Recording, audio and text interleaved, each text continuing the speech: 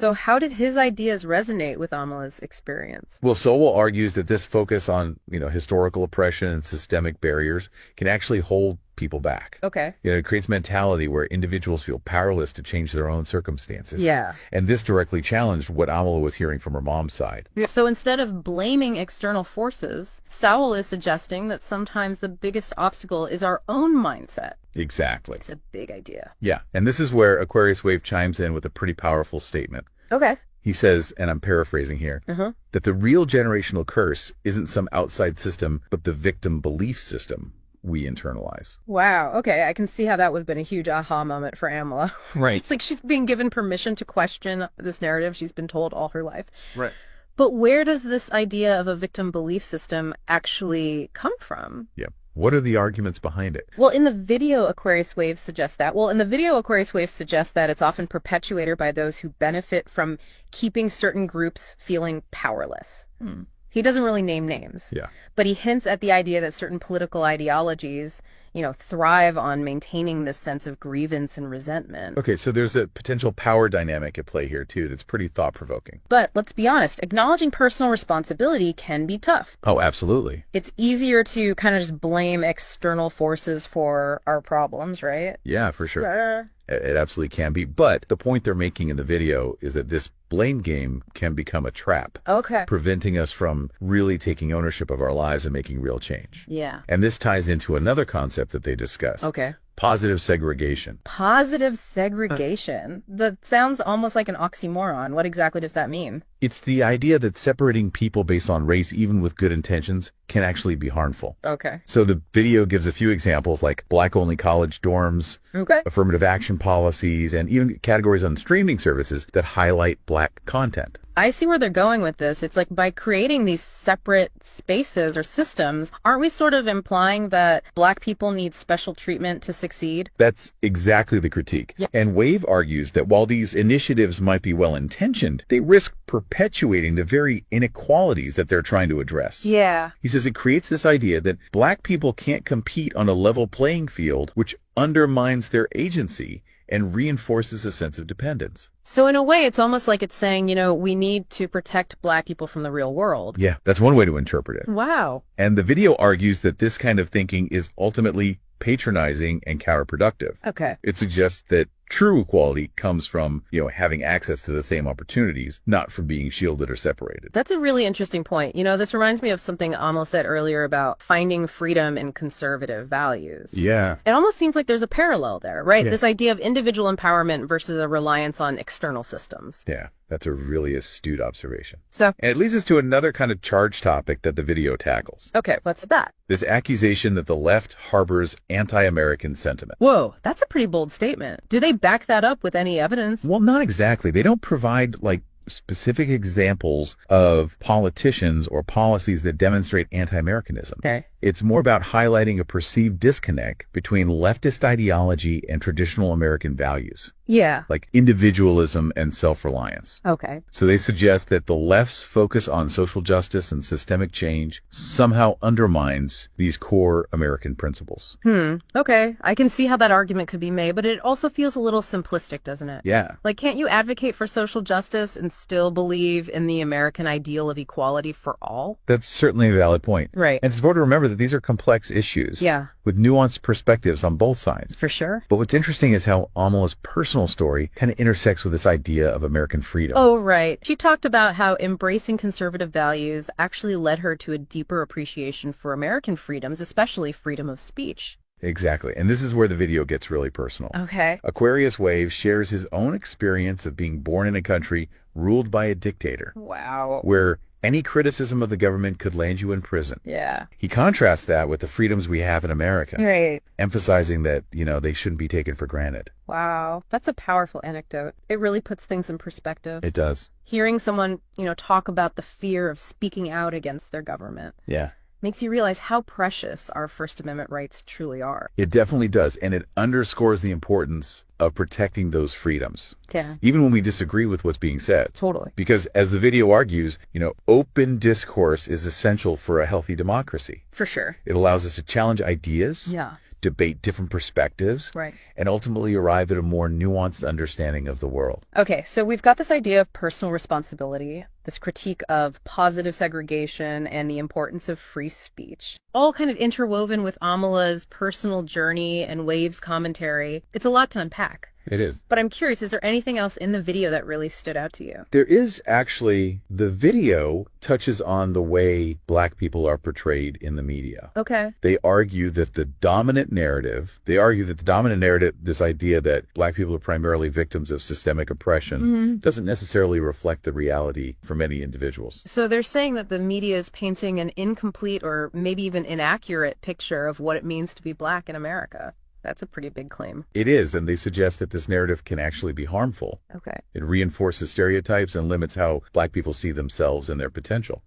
That makes me think about Amala's story again. Right. It's like she had to break free from this predefined narrative of what a Black woman should believe and experience in order to find her own truth. Exactly. And it raises some really important questions about whose voices are being amplified and whose stories are being told. Yeah. Are we getting the full picture, or are we only seeing a narrow slice of reality? You know, this deep dive has really made me think about how much I rely on the media to shape my understanding of the world. Yeah. It's a good reminder to be more critical of the information I'm consuming and to actively seek out diverse perspectives. It's crucial to remember that media isn't always a neutral observer. Right. It can be influenced by biases, agendas, and the desire to generate clicks and views. So what can we do about it? How can we become more media literate and avoid falling into these traps? Well, for starters, be aware of your own biases. Okay. What assumptions do you bring to the table when you're reading an article or watching a news segment? Yeah. And are you actively seeking out information that challenges your existing worldview? That's a good point. It's easy to stay in our own echo chambers and only consume content that reinforces our existing beliefs, but that doesn't really help us grow, does it? Not at all. Another helpful tip is to diversify your media diet. Don't just rely on one or two sources for information. Branch out and explore different perspectives, even if they make you uncomfortable. Okay, so be aware of our biases, diversify our media intake, and be willing to get a little uncomfortable. That's great advice. This whole conversation has been incredibly eye-opening. We've explored how personal experiences can clash with societal expectations, how individual responsibility intersects with systemic issues, and how the media can shape our understanding of complex topics. Phew, it's a lot process, but in the best way possible. I agree, and it all circles back to that initial question: how much do our personal experiences shape our political views? Right. I think Amala's journey demonstrates that it's not a simple answer. Yeah. We're all influenced by a complex web of factors, but ultimately we have the power to choose what we believe and how we engage with the world.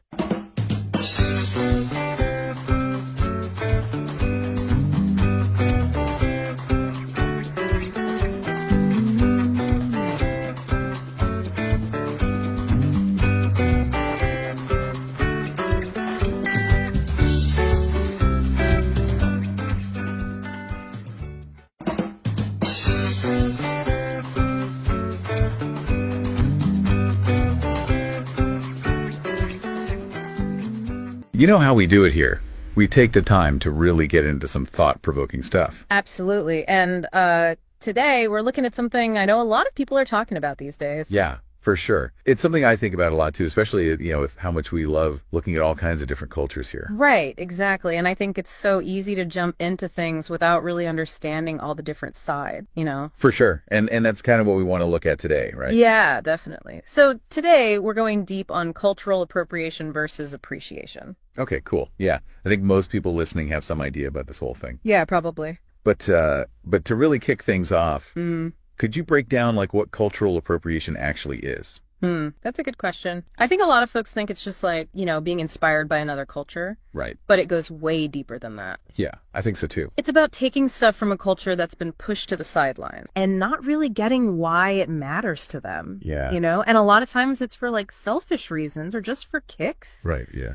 Think about minstrel shows back in the day. White performers would take Black music and dance and twist it into something. Oh, yeah. Totally messed up. It just reinforced all these awful stereotypes. It wasn't about sharing culture. It was straight up mockery. Yeah, and oppression, right? Yeah. Using someone else's culture to put them down. Exactly. It's all about power. When the group in charge takes from a group that's been marginalized, they're often the ones who come out on top. Right. Yeah, it makes sense. And the people whose culture it really is, they get made fun of, ignored, or even punished just for expressing who they are. It's like that thing in the video we watched about how traditional clothes and designs get turned into products. Oh, yeah. There was that designer who mass produced this textile pattern that had deep meaning for an indigenous community. Yep. The designer made bank, but the community got next to nothing. Ugh, that's so common. It just shows how messed up the power dynamic is. Right? It's like they take something meaningful, rip it out of context, and then sell it for profit. Exactly. And often without even acknowledging where it came from. Yeah. It's like, how do we avoid doing that? How can we engage with other cultures in a way that's respectful and real without crossing the line? I'd say it's all about being mindful, being intentional, and having respect. You gotta ask yourself, why am I drawn to this thing? Am I trying to understand its meaning? Or am I just looking for a cool new look? Right. Like the video really pushed learning directly from the culture you're interested in. Yeah. Don't just wear the clothes or listen to the music. Actually talk to people from that culture. Exactly. Go to their events, support their artists. Right. It's like there's a huge difference between wearing a Native American headdress as a fashion statement. Oh, yeah, huge. Versus actually going to a powwow to learn and celebrate Native American culture. Totally. One's just shallow, the other shows you care. So we've talked about the bad stuff about appropriation and how to approach other cultures with respect. But is there ever a good kind of cultural exchange? Like one that benefits everyone? No, that's where things get really interesting. When it's done right, cultural exchange can be amazing. Like, think about jazz music. It came from a mix of African and European traditions. Right. But even then, you gotta look at who's got the power and who's benefiting. Is one culture taking over or using the other? Right. Good point. Those are the things we need to watch out for. It's not always black and white. For sure.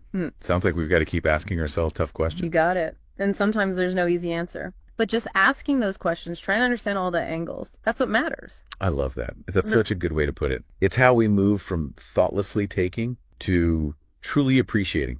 This has been such a good conversation. Yep.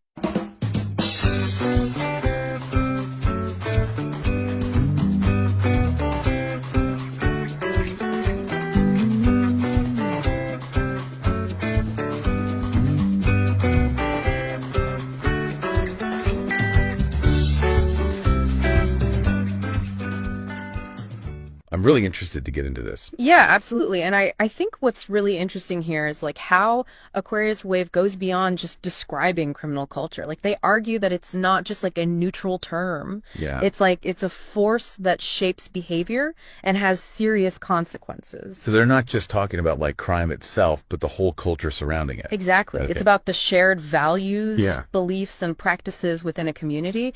And they use some really striking examples to illustrate this, like how in some communities there's a bigger celebration for someone getting out of prison than for a kid graduating college. Wow, that's a powerful image. Right. So they're saying it's about what we choose to uplift, Yeah. what we consider normal, and that can actually encourage more criminal behavior. Yeah. Okay. It can. That's pretty disturbing. Yeah, it is. And it gets to the heart of why Aquarius Wave is so critical of the term criminal culture. Right. They argue that it normalizes and even glorifies criminality, making it harder for individuals to break free. I see. So where do they take us from there? Well, they connect this idea of criminal culture to some surprising places. Okay. Like policies aimed at reducing crime. Okay. One example they focus on is decriminalization, specifically what's been happening in California. Decriminalization. You mean like making certain offenses less serious? Exactly. Okay, I can see how that could be controversial. It is, and Aquarius Wave is concerned about the unintended consequences.